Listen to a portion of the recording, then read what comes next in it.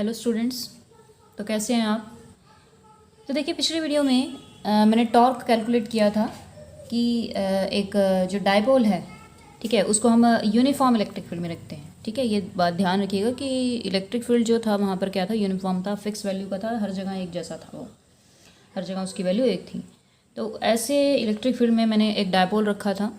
ठीक है, तो क्या क्या हुआ था कि इस तरह से रखने पर उस डायपोल के ऊपर एक टॉर्क लग रहा था और डायपोल हमारा क्या हो रहा था, रोटेट हो रहा था। तो उस टॉर्क का वैल्यू हमने कैलकुलेट किया था, डायरेक्शन कैलकुलेट किया था। ठीक है, और उसके बाद हमने जो है इक्विलिब्रियम की बात की थी। अब नेक्स्ट टॉपिक है, देखिए, हमारा potential energy.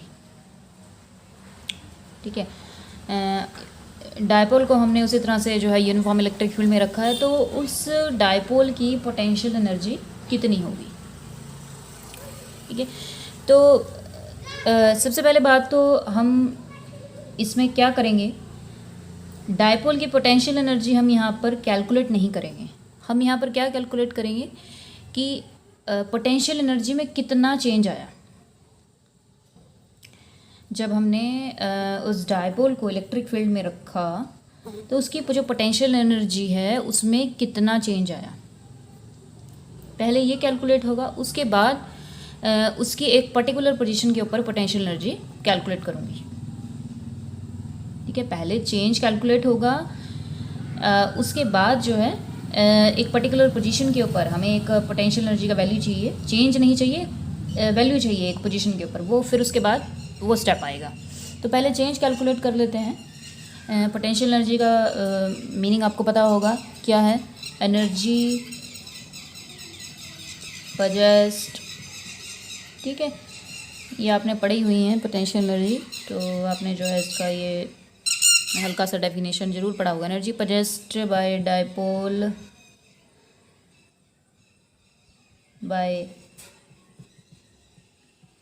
virtue of its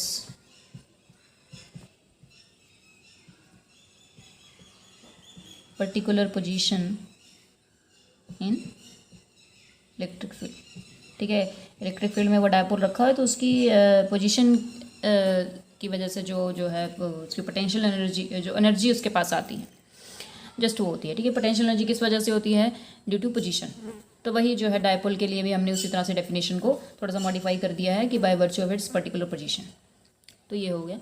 खैर, डेफिनेशन हमसे कोई नहीं पूछेगा कि पोटेंशियल एनर्जी ऑफ डायपोल को हम डिफाइन करें। तो हम अब क्या करते हैं, कैलकुलेट करना शुरू करते हैं कि चेंज इन पोटेंशियल एनर्जी कितना आएगा डायपोल का जब हम उसको यूनिफॉर्म इलेक्ट्रिक फील्ड में रखेंगे। तो ये मैंने अपना यूनिफॉर्म इलेक्ट्रिक फील्ड ड्रॉ कर लिया है। ठीक है, इलेक्ट्रिक फील्ड लाइंस ड्रॉ की हैं और इनकी इंटेंसिटी हर जगह सेम दिखाई है। ये किसको शो कर रही हैं? आपकी यूनिफॉर्म इलेक्ट्रिक फील्ड को शो कर रही हैं। और एरो मैंने इस तरह से दिखाए हैं कि अपसाइड हैं ये, तो ये क्या शो करें कि इलेक्ट्रिक फील्ड की जो डायरेक्शन है वो ऊपर की साइड है। अब इसमें हम क्या करेंगे, उसी तरह से एक डायपोल रखेंगे। ठीक है, जैसे पिछली बार रखा था जब हमने टॉर्क कैलकुलेट किया था, तो ये आपका माइनस क्यू हो जाएगा, इधर प्लस क्यू हो जाएगा। डायपोल की डायरेक्शन आपको पता है कैसी होती है, negative charge to positive charge. पिछली वीडियो उसको जरूर देखिएगा जहाँ पर डायपोल के बारे में बताया गया है, उसके ऊपर टॉर्क कैलकुलेट किया गया है। उसके बाद इस वीडियो को देखने का फ़ायदा है। तो मैं जो प्लेलिस्ट है उसका लिंक डिस्क्रिप्शन बॉक्स में डाल दूँगी। Minus Q two plus Q, इसका जो डायरेक्शन हो गया डायपोल का इस साइड हो गया। ठीक है, इसका जो एंगल बन रहा है इलेक्ट्रिक फील्ड के साथ, उसको हम क्या लेते हैं? थीटा लेते हैं। ठीक है, ये आपका इलेक्ट्रिक फील्ड का डायरेक्शन ऊपर, और ये ऐसे इनके बीच में जो एंगल बन रहा है वो थीटा हो रहा है। ठीक है, ये सब पिछले वीडियो से है और कुछ नहीं है। तो यहाँ पर जो टॉर्क की वैल्यू आती है, एक बार मैं वो भी बता दूँ आपको कि इसका जो रोटेशन था वो किस डायरेक्शन में था। इस डायपोल के ऊपर इस तरह से दो इक्वल एंड अपोजिट फोर्सेस लग रहे थे, एक ये रहा और एक इस तरह से लग रहा था। ठीक है, इक्वल एंड अपोजिट फोर्सेस थे, उनका value different line of action के अलोंग थे, तो इसलिए यहाँ पर एक कपल फॉर्म हो रहा है और वो क्या कर रहा है, टॉर्क को इस डायरेक्शन में रोटेट कर रहा है। ठीक है, तो एंटी क्लॉकवाइज डायरेक्शन में ये दो फोर्सेस थे यहाँ पर, क्यू ई और ये माइनस क्यू ई। तो टॉर्क यहाँ पर आपका आया था पी ई साइन थीटा। ठीक है, पी किसका वैल्यू है आपका डायपोल मोमेंट का, क्यू इंटू 2a। 2a क्या है आपकी डायपोल का लेंथ है। अब देखिए हम क्या करते हैं कि ये जो डायपोल है इसका टेंडेंसी किधर है, इस डायरेक्शन में रोटेट होने का। ठीक है, इस एंटी क्लॉकवाइज डायरेक्शन में रोटेट होगा ये, और खुद को जो है क्या है इलेक्ट्रिक फील्ड की डायरेक्शन में अलाइन करने की कोशिश करेगा। खुद जो इलेक्ट्रिक फील्ड है इसको अपने डायरेक्शन में अलाइन करने की कोशिश करेगा। इस तरह से बोलेंगे हम इस लाइन को। मैंने थोड़ा सा गलत बोल दिया था। ठीक है, इलेक्ट्रिक फील्ड इस डायपोल को अपनी डायरेक्शन में अलाइन करने की कोशिश करेगा और इसको जो है एंटी क्लॉकवाइज यहाँ पर घुमाएगा।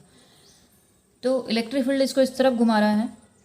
अब हम क्या करते हैं कि इस डायपोल के ऊपर थोड़ा सा काम करते हैं, वर्क करते हैं।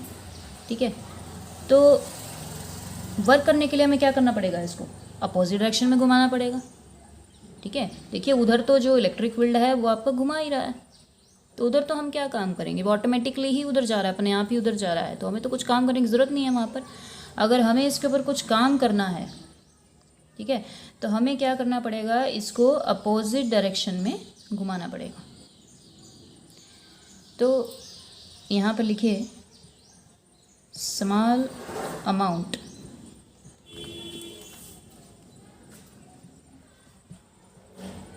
of work done in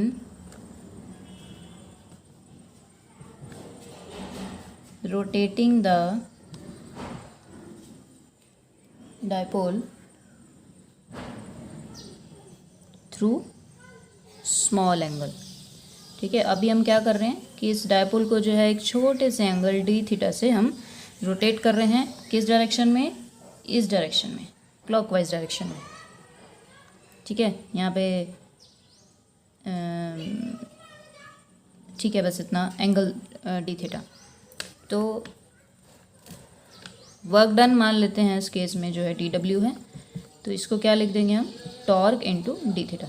ठीक है, आपको पता है जो वर्क डन होता है ट्रांसलेशनल मोशन में फोर्स इंटू डिस्प्लेसमेंट होता है, रोटेशनल मोशन है, टॉर्क की बात हो रही है, तो यहाँ पर फोर्स की जगह जो है टॉर्क आ जाएगा और डिस्प्लेसमेंट की जगह आपका एंगुलर डिस्प्लेसमेंट डी थीटा आ जाएगा।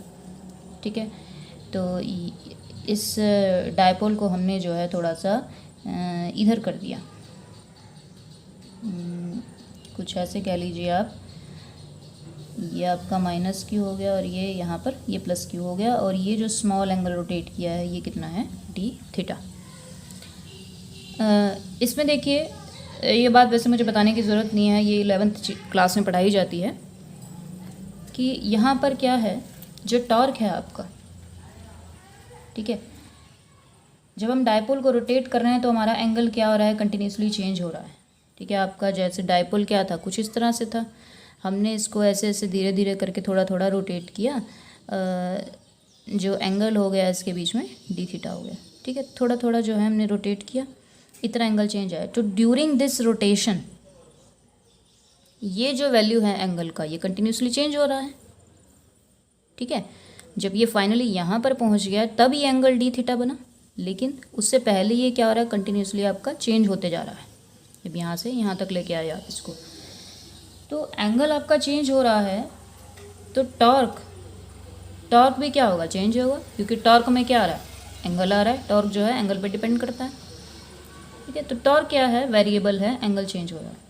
लेकिन फिर भी हमने जब वर्क डन का वैल्यू लिखा है तो उसमें सिर्फ टॉर्क को हमने क्या दिखा दिया, एक सिंगल वैल्यू लिख दिया है, फिक्स वैल्यू से यहाँ डिनोट कर दिया है, कांस्टेंट शो किया है हमने यहाँ टॉर्क को। ठीक है, तो यहाँ पर हमने टॉर्क को कांस्टेंट क्यों लिया है, क्योंकि यहाँ जो रोटेशन हो रही है वो बहुत स्मॉल एंगल से डी थीटा से हो रही है। ठीक है, तो इतनी स्मॉल रोटेशन में हम इस टॉर्क के वैल्यू को कांस्टेंट मान सकते हैं। हम मान सकते हैं कि ये जो एंगल है साइन थीटा में, जो एंगल है आपका, ये बहुत ही कम चेंज हो रहा है, डी थीटा बोल रहे हैं हम, तो टॉर्क का वैल्यू जो है इतना ज़्यादा यहाँ पर चेंज नहीं हो रहा। ठीक है, एंगल स्मॉल है, एंगल ज़्यादा चेंज नहीं हो रहा है तो टॉर्क में भी इतना चेंज नहीं आ रहा है, तो इस स्मॉल रोटेशन के दौरान हम इस टॉर्क की वैल्यू को कांस्टेंट एज्यूम करके चल सकते हैं। तो हम यहाँ पर जो है टॉर्क को कांस्टेंट मानेंगे। ठीक है, तो ये हो गया आपका स्मॉल एंगल डी थीटा से जब आपने इस डायपोल को रोटेट किया तब कितना वर्क डन हुआ। तो टोटल वर्क डन कैलकुलेट करते हैं। उससे पहले एक चीज़ और देख लीजिए कि यहाँ पर जो एंगल मैंने एज्यूम किया है टॉर्क और इसके बीच में, वो ज़ीरो लिया है। ठीक है, फॉर्मूला तो क्या होता है आपका, वर्क डन का फॉर्मूला क्या होता है in case of rotational motion, that is torque dot theta. ठीक है, दोनों का जो क्या आता है डॉट प्रोडक्ट आता है, तो टॉ थीटा और इनके बीच में जो भी एंगल बन रहा है। तो अब देखिए यहाँ पर क्या है, हम रोटेट भी इसी डायरेक्शन में कर रहे हैं, मतलब हमारा जो टॉर्क है वो भी हम इसी डायरेक्शन में लगा रहे हैं, रोटेशन इस डायरेक्शन में है, और एंगल भी किस डायरेक्शन में आ रहा है आपका, एंगल भी इसी डायरेक्शन में आपका चेंज आ रहा है। ठीक है, इधर ही जा रहे हैं आप, इधर ही एंगल चेंज हो रहा है और इधर ही आपका टॉर्क लग रहा है, तो इनके बीच में जो एंगल के वैल्यू है वो 0 डिग्री है, तो इसलिए हम सिंपल टॉर्क थीटा लिख सकते हैं। और हमारा जो केस है वो क्या है आपका टॉ डी थीटा वाला, तो टॉ डी थीटा और डी डब्ल्यू इधर आ जाएगा। ठीक है, कहने का मतलब क्या है कि ये दोनों जो है एक ही डायरेक्शन में है। अब देखिए टोटल टॉर्क जो है हमारा मेन काम जो रह रहा है वो कैलकुलेट करते हैं, टोटल वर्क डन सॉरी। मान लीजिए इसको हम जो है, मैं एक बार इलेक्ट्रिक फील्ड को यहाँ पर दोबारा फॉर्म कर देती हूँ। ये मैंने अपनी इलेक्ट्रिक फील्ड लाइंस दोबारा से ड्रॉ की हैं और यहाँ पर देखिए उसी तरह से मैंने अपना एक डायपोल रखा -q + q। ठीक है, इसका डायरेक्शन इधर, और सपोज़ ये जो एंगल बना रहा है इलेक्ट्रिक फील्ड के साथ वो मान लीजिए θ1 है। ठीक है, इसको हम किस साइड रोटेट कर रहे हैं, डायपोल को हम जो है क्लॉकवाइज डायरेक्शन में रोटेट कर रहे हैं, इधर हम घुमाना चाह रहे हैं इसको, इसके ऊपर इस डायरेक्शन में घुमा करके हम इसके ऊपर काम कर रहे हैं। तो घुमा के मान लीजिए हम इसको जो है थोड़ा सा ऐसे ले आए, ये आपका -q और ये आपका जो है इधर +q हो जाएगा। तो इस टाइम पर आफ्टर रोटेशन मान लीजिए ये एंगल जो बना रहा है ये वाला एंगल बनेगा ना, ये डायपोल हो गया और ये आपका इलेक्ट्रिक फील्ड, ये वाला जो एंगल हो गया बड़े वाला, ठीक है, ये सपोज θ2 हो गया। ठीक है, दोनों एंगल को ध्यान से देख लीजिए। तो हमने इसको कहाँ से कहाँ तक घुमाया है, θ1 से θ2। तो इस एंगल में, इस केस में हम क्या करेंगे, वर्क डन कैलकुलेट करेंगे। तो ये आपका स्मॉल वर्क डन यहाँ पर लिखा हुआ है dw = टॉर्क डी थीटा। तो टोटल वर्क डन हम यहाँ पर लिखें, total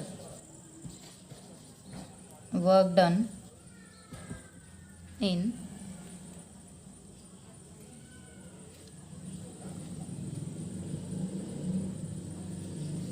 rotating the dipole from θ1 to θ2। ठीक है, तो उसके लिए हम क्या करते हैं, आपने बहुत बार पढ़ा होगा फिजिक्स में, हम क्या करेंगे टोटल वर्क डन के लिए इंटीग्रेट कर देंगे इस इक्वेशन को। ठीक है, तो आपका टोटल वर्क डन आ जाएगा dw को इंटीग्रेट करके, और इधर आपका टाउ डी थीटा और θ1 से θ2। टॉर्क का वैल्यू रखिए, torque PE sin θ d theta. ठीक है, टॉर्क का वैल्यू जो पिछले वीडियो में हमने कैलकुलेट किया था वो भी यहाँ पर यूज़ हो रहा है। अब इसमें जो है आपका डायपोल मोमेंट का वैल्यू कांस्टेंट है, q/2 है, वो फिक्स रहेगा, उसका रोटेशन से उसके ऊपर कोई इफेक्ट नहीं पड़ेगा। इलेक्ट्रिक फील्ड हमने यूनिफॉर्म लिया हुआ है, वो फिक्स वैल्यू का होगा, तो ये दोनों क्या आ जाएंगे आपके आउट ऑफ इंटीग्रेशन आ जाएंगे।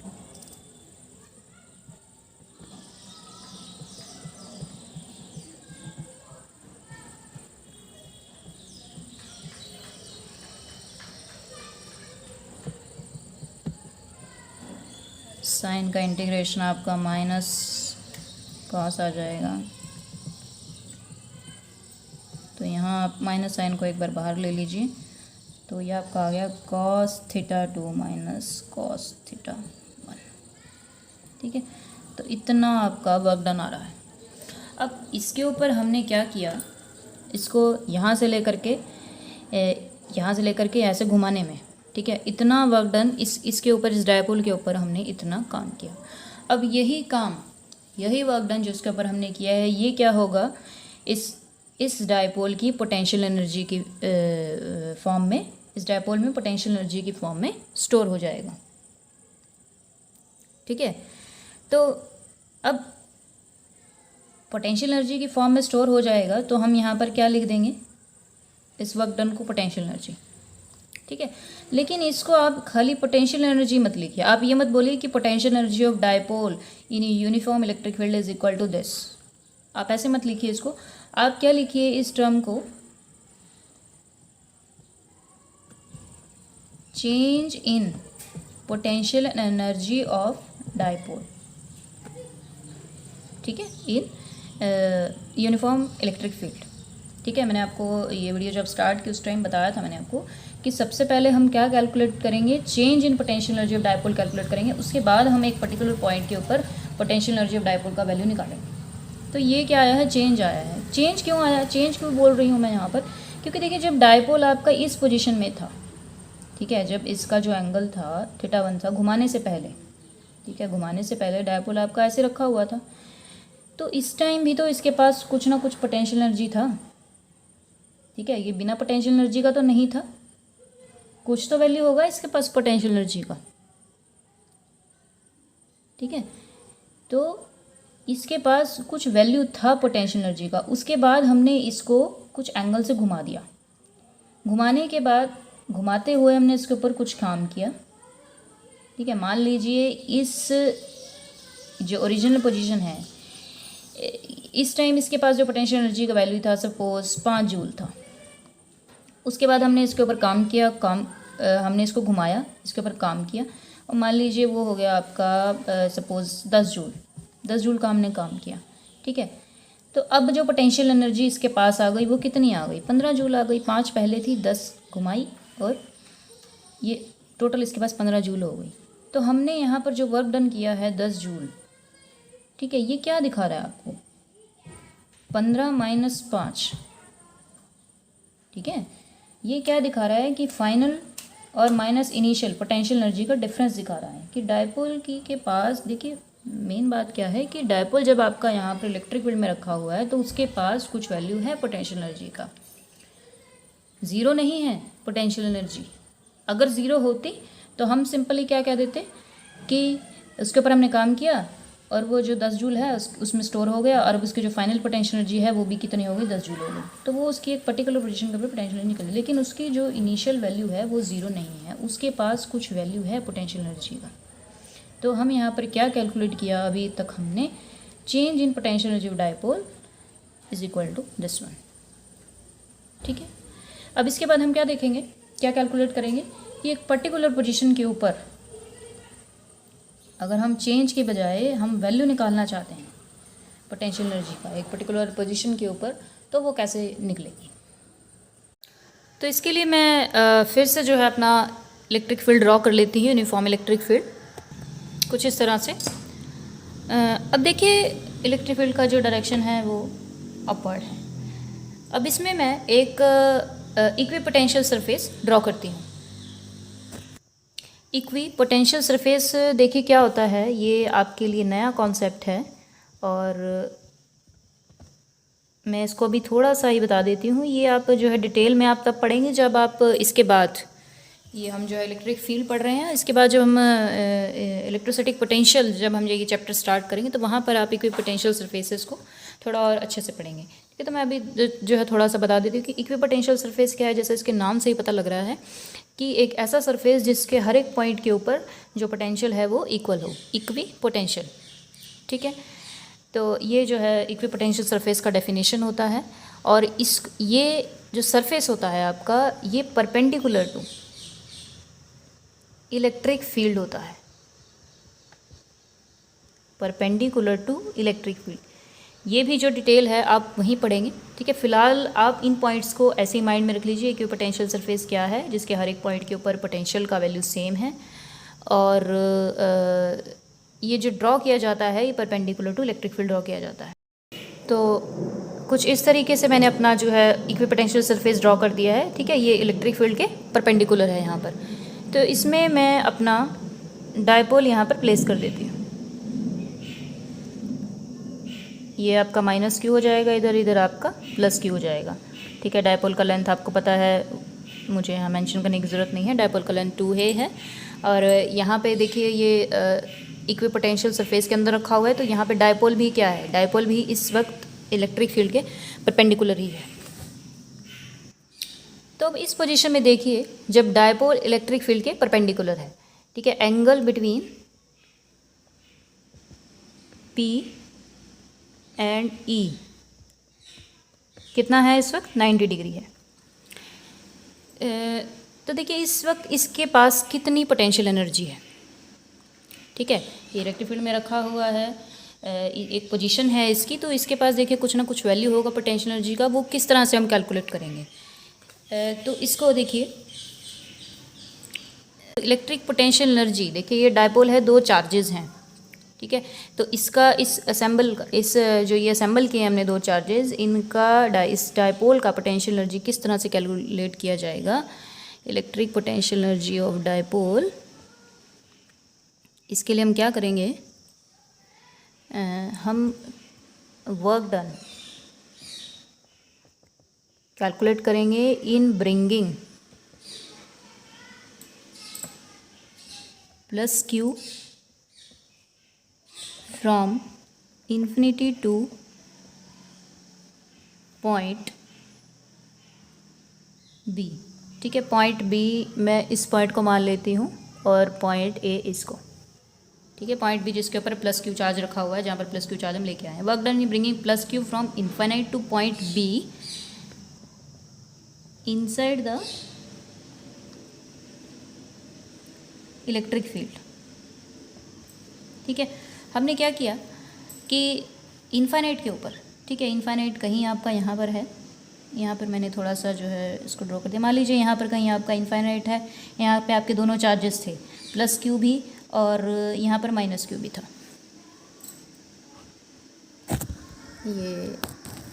ये दोनों चार्जेस थे आपके eight infinite, plus Q and minus Q जो ये दिखाए हैं मैंने, दे आर एट इन्फिनिटी। तो अब हम इन्फिनिटी से क्या कर रहे हैं, इन दोनों चार्जेस को उठा करके यहाँ लेकर आ रहे हैं इस इलेक्ट्रिक फील्ड के अंदर, और इसके परपेंडिकुलर यहाँ पर हम रख रहे हैं, ठीक है। पहले एक चार्ज लेकर के आए प्लस क्यू, और उसके बाद दूसरा जो है माइनस क्यू चार्ज लेकर के आए। तो क्या होगा, work done in bringing plus q from infinite to point be inside the electric field, इसका वैल्यू, इसको मैं मान लेती हूँ W1। तो इसका वैल्यू किस तरह से कैलकुलेट किया जाएगा, जो चार्ज हम लेकर के आए हैं into potential at point B, ठीक है। ये फॉर्मूला भी उसी चैप्टर में आएगा, जो मैं वही बार बार कह रही हूँ कि इस पर जो भी डिटेल्स हैं, इस टॉपिक को समझाने में मुझे जो भी डिटेल्स यूज़ हो रही हैं वो सारी जो है उस चैप्टर में पढ़ी जाएंगी, इलेक्ट्रोस्टैटिक पोटेंशियल के चैप्टर में। तो मैं आपको सजेस्ट करूँगी कि पहले आप वो वीडियोस देखें, उसके बाद ही जो है इस पोर्शन को देखना स्टार्ट करें। तो Q into potential at point B पर लेकर आए हैं, तो पोटेंशियल एट पॉइंट बी आ जाएगा। इस तरह से ये फॉर्मूला वहाँ पर पढ़ा जाता है। उसके बाद दूसरा चार्ज है work done in bringing minus Q from infinite two point A. Minus Q charge को जो है हम कहाँ लेकर आए हैं, ए पॉइंट के ऊपर, point A inside the electric field, ठीक है। इस वर्क को जो है हम W2 नाम देते थे, और इसका वैल्यू कितना हो जाएगा, चार्ज इस बार माइनस क्यू है, और पोटेंशियल यहाँ पर किस पॉइंट का लिखा जाएगा, जिस पॉइंट के ऊपर हम जो है चार्ज को लेकर के आए हैं, तो VA, potential at point A. तो अब आपको पता है VB और VA इक्वल हैं, क्यों? क्योंकि ये जो दोनों पॉइंट हैं ए और बी, ये कहाँ है? इस इक्विपोटेंशियल सरफेस के अंदर, ठीक है। तो यहाँ पर पोटेंशियल का वैल्यू बराबर है, तो V A is equal to V B. तो इसको जो है मैं यहाँ पर आपको बता दिया मैंने, V B is equal to V A. तो टोटल वर्क डन आप कैसे कैलकुलेट करेंगे?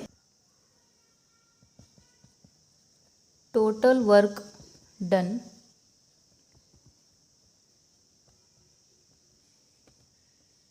इन असेंबलिंग द डायपोल, ठीक है। टोटल वर्क डन क्या हो जाएगा?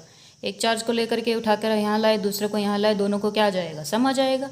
एक का जो है वर्क डन, फर्स्ट वाले को जब लाए थे तो वर्क डन कितना करना पड़ा था? Q V B. दूसरे को जब लाए हैं तो वर्क डन कितना करना पड़ा है? Q we A. तो दोनों को हमने ऐड कर दिया और आपको पता है वी बी और वी ए इक्वल है, तो ये जो टोटल वर्क डन हो गया इस डायपोल को यहाँ लाने में, यहाँ ला करके असेंबल करने में, वो ज़ीरो हो गया, ठीक है। तो इसका मतलब क्या है कि जब भी हम किसी डायपोल को असेंबल करेंगे इस पोजीशन में, पोजीशन मतलब कौन सी? परपेंडिकुलर टू इलेक्ट्रिक फील्ड, ठीक है। तो उस केस में जो वर्क डन होगा वो ज़ीरो होगा, ठीक है। अब वर्क डन इसके ऊपर ज़ीरो है, अब यही वर्क डन क्या होता है? इस डायपोल की पोटेंशियल एनर्जी की फॉर्म में स्टोर होगा। जितना काम हमने इसको इन्फिनिटी से यहाँ तक लाने में किया है, इन्फिनिटी से उठा करके हम यहाँ और यहाँ लाए थे, तो उतना वही क्या हो जाता है? वही जो काम इस डायपोल पे हमने किया है वो इसकी पोटेंशियल एनर्जी की फॉर्म में स्टोर हो जाता है। अब जो काम किया है वो कितना निकल के आ रहा है? ज़ीरो आ रहा है, ठीक है। तो पोटेंशियल एनर्जी भी इस डायपोल में कितनी स्टोर होगी? ज़ीरो होगी। तो आप यहाँ पर क्या कह सकते हैं कि पोटेंशियल एनर्जी ऑफ डायपोल कितनी हुई? ज़ीरो।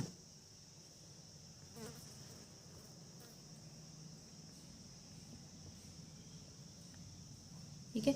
तो यहाँ से हमने कंक्लूड कर लिया कि एक पोजीशन हमें ऐसी मिल गई है जिस पोजीशन के ऊपर हम डायपोल का पोटेंशियल एनर्जी को एग्जैक्टली ज़ीरो एज्यूम कर सकते हैं। और एक पॉइंट यहाँ पर बीच में रह गया।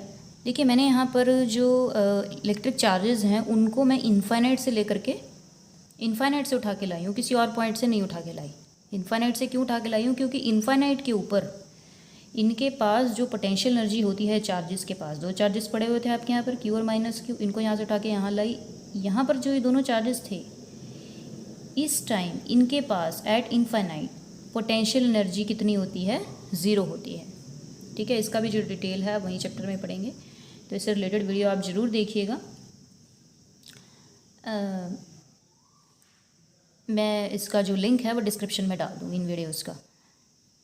तो इनफाइनाइट के ऊपर जो है इन चार्जेस का पोटेंशियल एनर्जी ज़ीरो है, ठीक है। तो इसलिए हम क्या लेकर के आए हैं? यहाँ से लेकर के हम इनफाइनाइट से ही हम यहाँ पर उठा कर लाए हैं, ठीक है, ताकि जितना भी जो वर्क डन हो वो इक्वल टू पोटेंशियल एनर्जी आ जाए। तो फाइनली देखिए हमारा रिजल्ट आ गया, potential energy of dipole zero. अब हमें क्या चाहिए था? हमने जो पीछे जो कैलकुलेट किया था वो हमने पोटेंशियल एनर्जी डिफरेंस कैलकुलेट किया था कि डायपोल को एक पोजीशन से दूसरी पोजीशन में लाने के लिए रोटेट करने के लिए जो पोटेंशियल एनर्जी डिफरेंस आया वो कितना आया था। उसको चलिए दोबारा से लिख लेते हैं और फिर हम पोटेंशियल एनर्जी कैलकुलेट कर देंगे एक पर्टिकुलर पोजीशन के ऊपर। देखिए, कुछ ऐसा सिचुएशन था कि ये जो डायपोल था ये इलेक्ट्रिक फील्ड के साथ थीटा वन एंगल पर है सपोज, और इसको जो है फिर हम रोटेट करके इस पोजीशन में ले आए, इस पोजीशन में ले आए। तो सपोज़ इस टाइम जो इलेक्ट्रिक फील्ड के साथ जो एंगल बना रहा है, that is suppose this angle, ये हो जाएगा, इसको मैंने थीटा टू नाम दे दिया था। तो यहाँ पे जो पोटेंशियल एनर्जी का डिफरेंस आया था,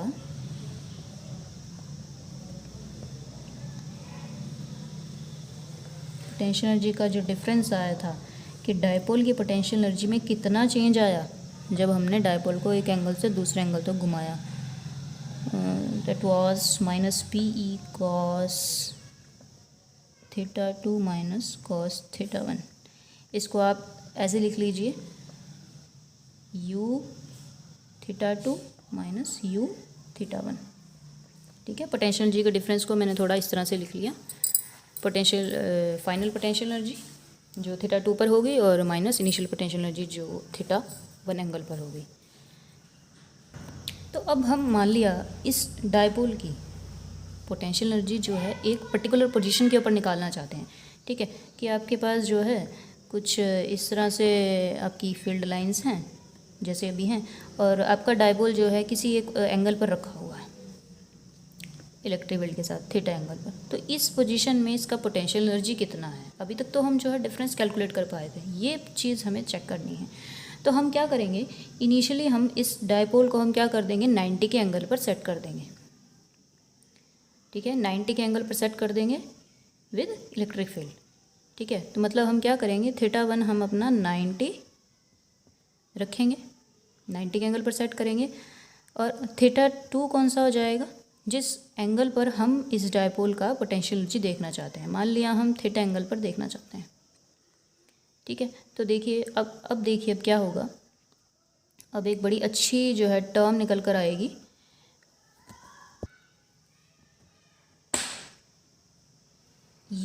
θ2 आपका θ हो गया। ठीक है, और θ1 कितना है, 90 है आपका, is equal to -PE, θ2 is θ, और ये आपका 90 डिग्री। ठीक है, इधर ये आपका 90 डिग्री हो गया। अब ये टर्म आपको पता है, potential energy of dipole eight 90 angle कितना है, 0 है। ठीक है, अभी हमने बड़ा लंबा सारा इसका प्रूफ दिखाया आपको। तो आपके पास क्या टर्म बच जाएगा, ये 0 हो जाएगा। ठीक है, इधर से जो ये cos 90 का वैल्यू है ये 0 हो जाएगा। तो आपके पास क्या बचेगा, ये यहाँ देखिए cos 90 है, ये 0 हो जाएगा। तो आपके पास क्या बचेगा लास्ट में, u at θ is equal to -PE cos θ। तो ये आ गया आपका जो एक्सप्रेशन जिसके लिए मैं इतनी देर से जो है लिख रही हूँ, कि potential energy of dipole at some angle. ठीक है, सब पर्टिकुलर पोजीशन, ना कि पोटेंशियल एनर्जी डिफरेंस। तो उसके लिए हमें क्या करना पड़ रहा है, पहले मैंने क्या बनाया, एक इक्विपोटेंशियल सरफेस बनाया, उसको मैंने देखिए मैं मेन पॉइंट असेंबल कर रही हूँ। इक्विपोटेंशियल सरफेस बनाया, उसको मैंने जो है इलेक्ट्रिक फील्ड के परपेंडिकुलर बनाया। ठीक है, क्योंकि ऐसा होता है, इसकी डिटेल इलेक्ट्रिसिटी पोटेंशियल के चैप्टर में पढ़ी जाएगी। फिर हमने क्या किया, दो चार्जेस को इन्फाइनाइट पे रखा, इन्फाइनाइट से उठा करके हम उन दोनों चार्जेस को उस इलेक्ट्रिक फील्ड में असेंबल किया at an angle 90 degree with the electric field. ठीक है, तो हमने देखा जो वर्क डन आ रहा है उस केस में जो हम काम कर रहे हैं वो 0 है। तो पोटेंशियल एनर्जी इसका मतलब क्या आई, एट एंगल 90 के ऊपर आपकी 0 आ गई। ठीक है, तो हमें एक पर्टिकुलर पोजीशन मिल गई 90 की, जिसके ऊपर डायपोल का पोटेंशियल एनर्जी 0 होता है। तो अब हमें एक फॉर्मूला बनाना है कि जिसमें हमें एक एंगल के ऊपर, एक पोजीशन के ऊपर पोटेंशियल एनर्जी का वैल्यू मिल जाए, ना कि डिफरेंस मिले। तो हम क्या करेंगे, इनिशियली हमें डायपोल को 90 के एंगल पर सेट करना पड़ेगा, और फिर उसको क्या करेंगे, हम घुमा करके, रोटेट करके हम जो है अपने जिस पोजीशन में हम वैल्यू निकालना चाहते हैं, जैसे थीटा में हम निकालना चाहते थे, वहाँ ले आएंगे, और फिर जो है अपना इस फॉर्मूले में हम लोग पुटअप कर देंगे। तो ये आपका फाइनल जो है आंसर आ जाता है। ठीक है, तो इस कॉन्सेप्ट को, जो ये सेकंड पार्ट है इस वीडियो का, इसको बड़े अच्छे से समझिएगा। 2-3 टर्म्स जो इसमें यूज़ हो रही हैं उसमें कोई प्रॉब्लम नहीं है, ना ही आपको इतना ज़्यादा दिक्कत होगी, क्योंकि थोड़ा थोड़ा मैंने आपको बता दिया है। बाकी फिर भी जो है उनकी details, equipotential surface, electrostatic potential energy, work done at infinite 0 है, तो वो जब चीज़ें हैं वो आप थोड़ा जो डिटेल है वो आप आगे ही पढ़ेंगे। तो ठीक है स्टूडेंट्स, इस वीडियो में इतना ही, और अगली वीडियोस देखने के लिए मेरे चैनल को ज़रूर सब्सक्राइब कीजिएगा, अपने फ्रेंड्स के साथ शेयर कीजिए इस वीडियो को। वीडियो एक बार में अच्छे से देखिए, बीच में स्किप मत करिए कुछ भी, तभी समझ में आती हैं फिज़िक्स की videos. Thank you so much.